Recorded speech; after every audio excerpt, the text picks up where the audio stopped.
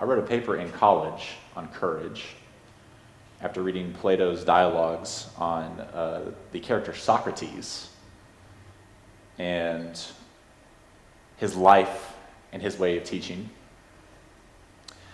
And I was struck by how the story of courage, this ancient Greek philosopher, was also a story about both vulnerability and curiosity.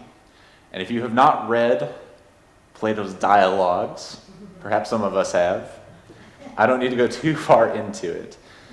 But the quick telling of the story is that Socrates was told he was the wisest person on earth. And rather than be content with that and simply kick back and sit on his Greek version of a sofa and watch the Greek version of television as I do, he chose to live out that identity in pursuit of goodness and wholeness for others. Because one, he did not believe himself to be the wisest man on earth. And he thought the only way that I can test that is by questioning everybody that I meet. Because surely someone else must be wiser. And that was supposedly, mythologically, the impetus for his Socratic method. And even up until the trial that sentenced him to death, the story relates that he was still asking people questions, trying to find not just what was going on around him, but trying to find truth with a capital T, and trying to find the source of goodness, the source of life in the world. He was trying to find something that grounded him in this wild situation of being told, you are the wisest person on earth. What a great power and great responsibility that comes with. Because as humans, I think, we often misuse our power and our responsibility. Right? And you don't have to look too far to see examples. As we get closer to a very pivotal midterm election cycle, here in Pennsylvania, the last date to register is next week. It's next Monday, I believe, the 24th. If you have not registered to vote, please register to vote. Come by here Thursdays between 6 and 7. We will help you register to vote. Please, please, take that power and responsibility of being a citizen of what is, for now, a still functioning democracy seriously. Because there may be a time when people who are given power and responsibility misuse it.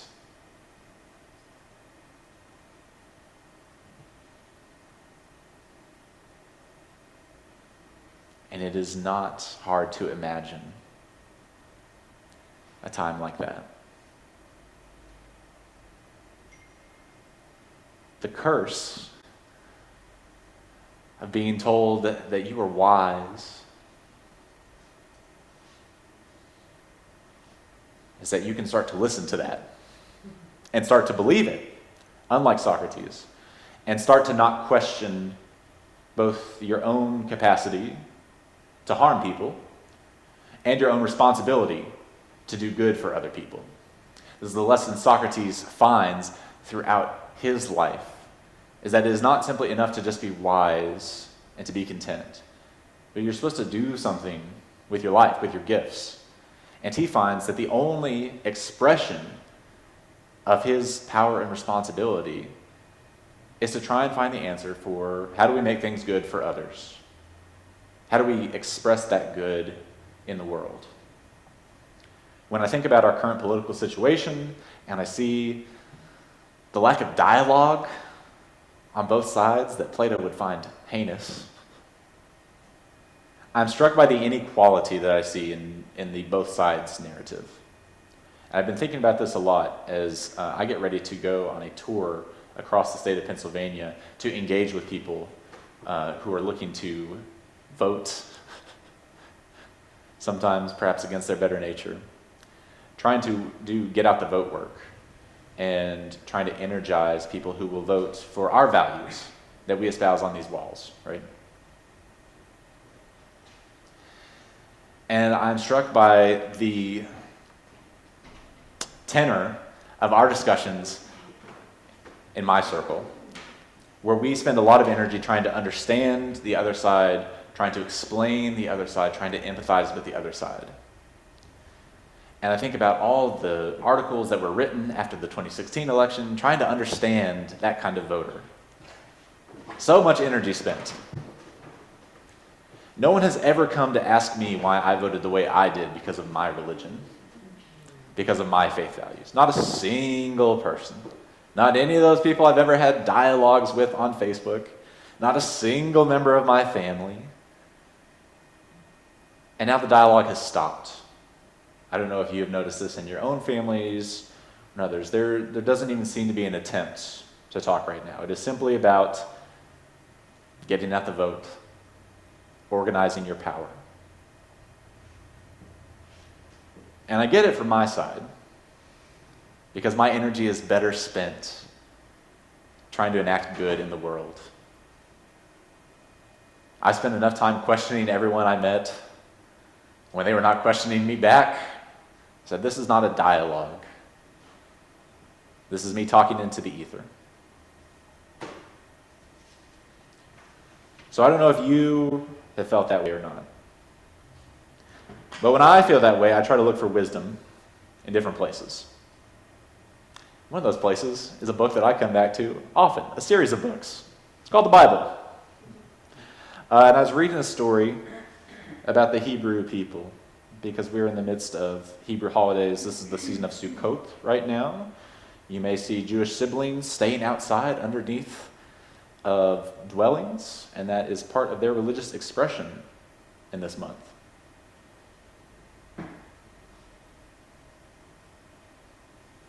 So I was reading this story from the book of Numbers. It's a very interesting title. Numbers. It's not about math, Bruce. Not about math. This is the story of the Exodus from Egypt. The Israelites were in bondage in Egypt, and then they have escaped under the lead of Moses and Aaron, and they're out in the desert for 40 years, the story says. 40 years in the desert. As the great comedian Jim Gaffigan says, we are in the desert, people, as in no agua. 40 years is a long time. And this story says that when the Israelites had been in this uninhabitable land for a long time, they're looking for a place to live. And they send out some folks to go spy out land. And the story picks up here. They brought to the Israelites an unfavorable report of the land that they had spied out, saying, the land that we have gone through as spies is a land that devours its inhabitants. And all the people that we saw in it are of great size. When we saw these people, to ourselves, we seemed like grasshoppers. That's how big they were. And all the people raised a loud cry, and the people wept that night. The Israelites complained against Moses and Aaron. The whole congregation said to them, the whole of the people said to them, it's better that we had died in the land of Egypt, or that we had died in the wilderness. Why is God bringing us into this land to be killed by the sword, for our wives and our children to become ransom? Would it have not been better for us to go back to Egypt, back to bondage? So they said to one another, let's choose a captain and go back to Egypt. Let's choose a captain and go back to Egypt. Moses and Aaron fell on their faces. Joshua and the others who had led the spies out of the land tore their clothes.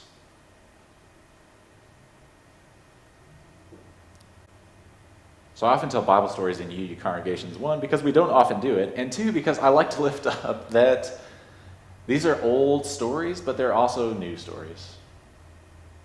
They are the same old, new stories. Because they're stories about people and what happens when people are scared. Because that's what this story is. It's a story about when people are scared. And if you've ever been scared, like I have, you know that You might do anything to not be scared, to feel safe, to feel comfortable. You might believe what you read on Facebook. You might believe it so much you might travel to the Capitol on January 6th. You might believe it so much that you would believe that someone who's running for the governor of Pennsylvania is only just a little bit fascist, and that's okay because that'll make me safe. People will do almost anything when they're scared. Maslow's hierarchy of needs, right? The most basic level, safety, physical safety, nourishment for your body. We cannot get past anything when we're scared because by whatever way we came to be, that little thing at the base of your brain stem that is very good at keeping you alive is not really good for helping you use your wisdom or your power or your responsibility constructively to make the world a better place. That's more of this area of the brain. But back here,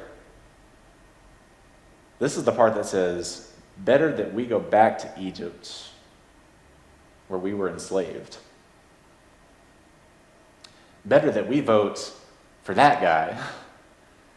Because even though he's not great, that's where safety and security is.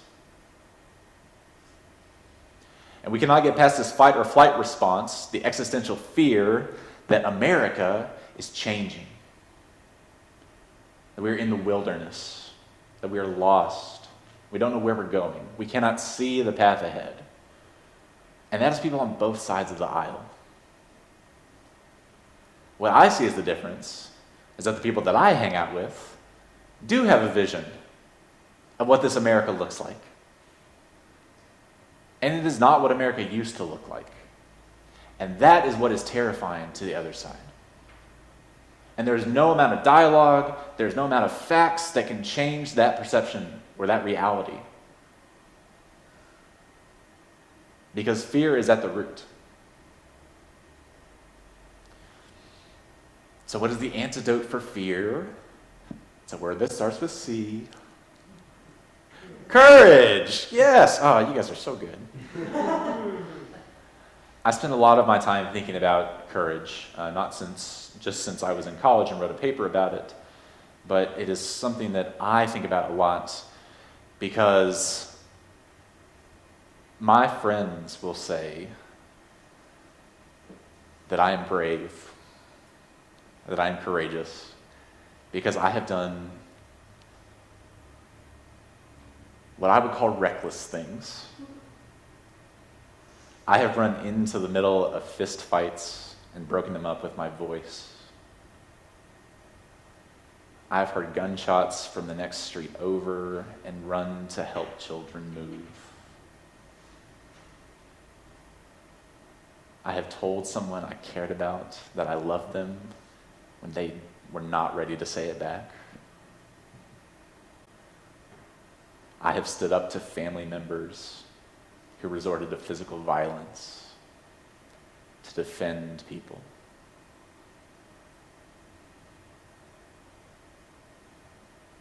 And maybe that is courage, and maybe that is bravery. Maybe it was wisdom. But at the root of all of that is that I was scared. And that if I'm honest with myself, I'm actually scared a lot of the time. I'm scared every Sunday before I come up and step up here and speak to you for 10, 15, or sometimes 20 minutes. I'm scared when I get up in the morning and I see my family and I wonder what will happen to us. I'm scared when I open my phone to check the news. On a much lesser level, I'm scared to check the Houston Texans score to see if they have won their football game or not. There's a lot of fear in me. And I don't think that being courageous, as I'm sure many of us know, is about not having fear. Right? I grew up with John Wayne movies, and our favorite quote was, "Courage is not that you're not scared, it's that knowing you're scared and going anyways, saddling up anyways." That's how we would say it. That is the choice to be brave in the face of fear. not just in extreme examples, as we can all think of, but in everyday examples. The kind of bravery that Socrates embodied, the kind of bravery that it takes to have hard conversations with people, to question your own ability, to say, am I really that wise? Am I really that right? Am I really that virtuous as a good liberal person? That's a kind of bravery. And it's directly against that fear that says, oh, this is new and this is different. And back there, where it's safe and comfortable, to make America great again, to go back to the way it was, to before the pandemic. Those are understandable responses to fear. So I cannot understand lots of people's beliefs, why they act the way they do, but I can understand the fear part, because that's inside of me. And that's what I see a lack of on the other side. No one is ever willing to question why the liberal minister in Philadelphia votes the way he does what he does because of his religious convictions. Because that might mean that I have to admit that actually, I do really want everyone to be whole and healthy, even if that means I have to give up something. But that's scary. I actually do want people of all different kinds of religions to be welcome in this space, but I might have to learn something new or do something different, that I'll lose my place of privilege, and that's scary. Better that we had died in Egypt. Resma Menakem speaks of the trauma genetically of white Europeans, stemming back to however far you want to go back. Conquest, crusades, colonialism, class, feudalism, warfare, that kind of trauma was passed down, literally epigenetically, and was never ever dealt with. And as Richard Rohr says, when you have pain, you can do two things. You can transform it and make it something productive, or you transmit it and you send it out. And Resma Menakem uses the language of it gets blown out of especially white bodies towards other white bodies, towards people of color, especially bodies of color, he says. That the ability to transform that fear, that pain, that maybe that is what makes us courageous. And I wonder if that is our way forward.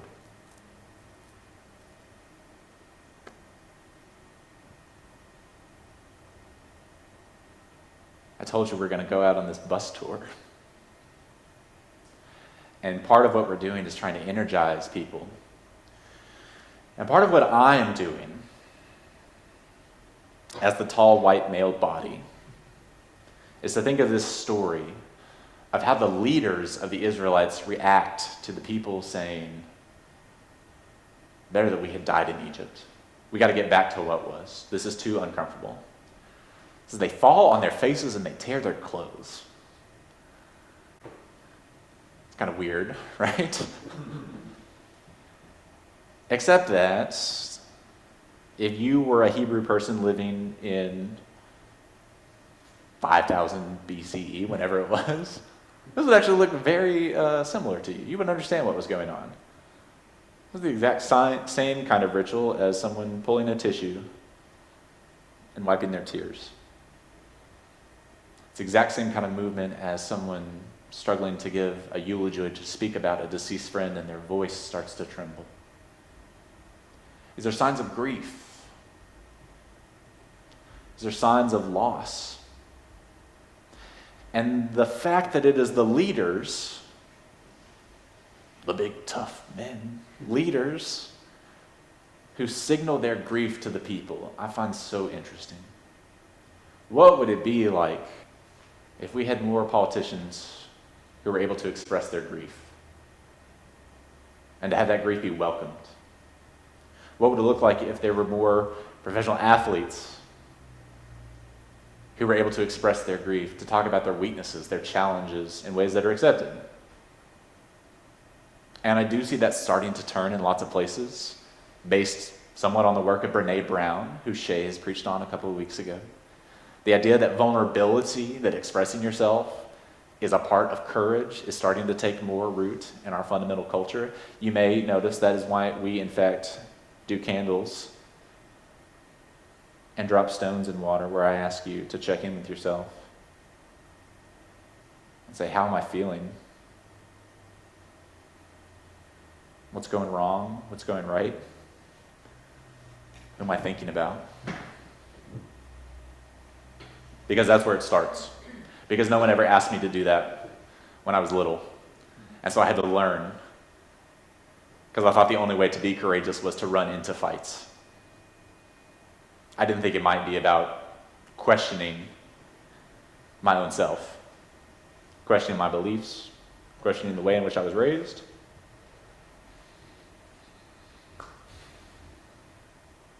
So what do we do as UUs in this time? I think of one of my favorite old dead white guys, a theologian named Paul Tillich, who I come back to often.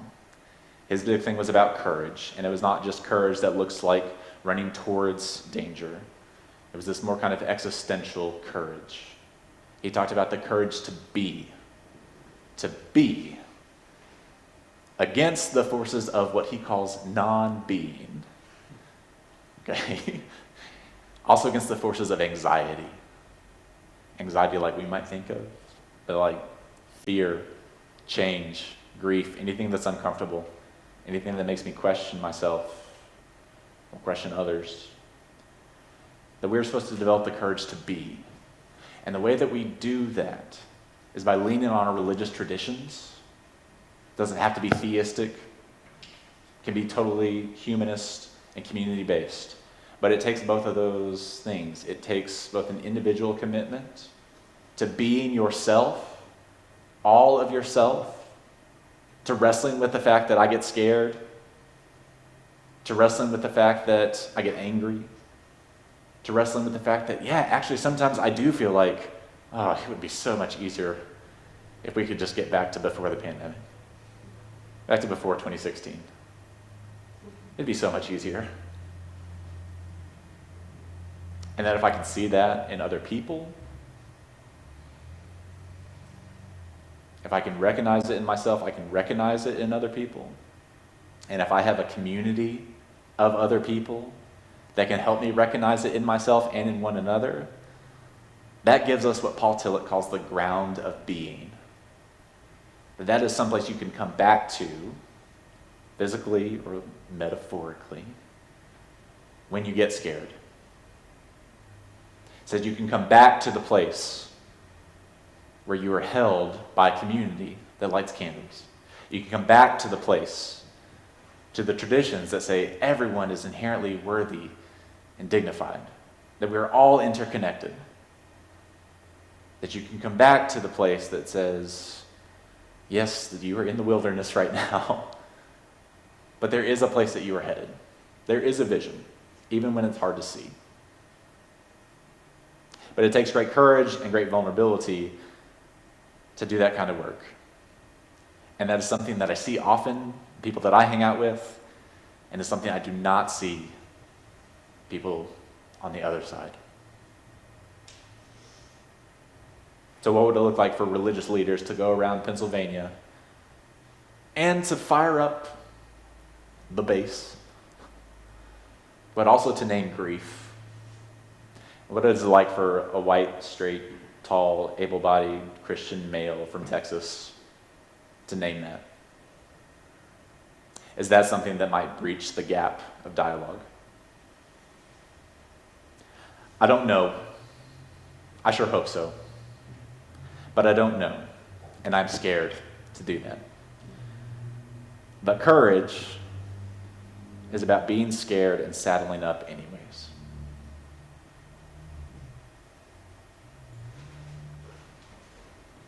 May we all have courage to do whatever it is that is scary to you, whatever it is that will put more goodness into the world. Whether or not you feel like you're the wisest person in the world, you can do like Socrates and at least do your part. with what you have been given. If that is writing a letter, write a letter. If that is doing a phone bank, do a phone bank. If that is registering people to vote, register people to vote. If that is wrestling with your own stuff, wrestle with your own stuff. If it's reading a book that challenges you, read a book.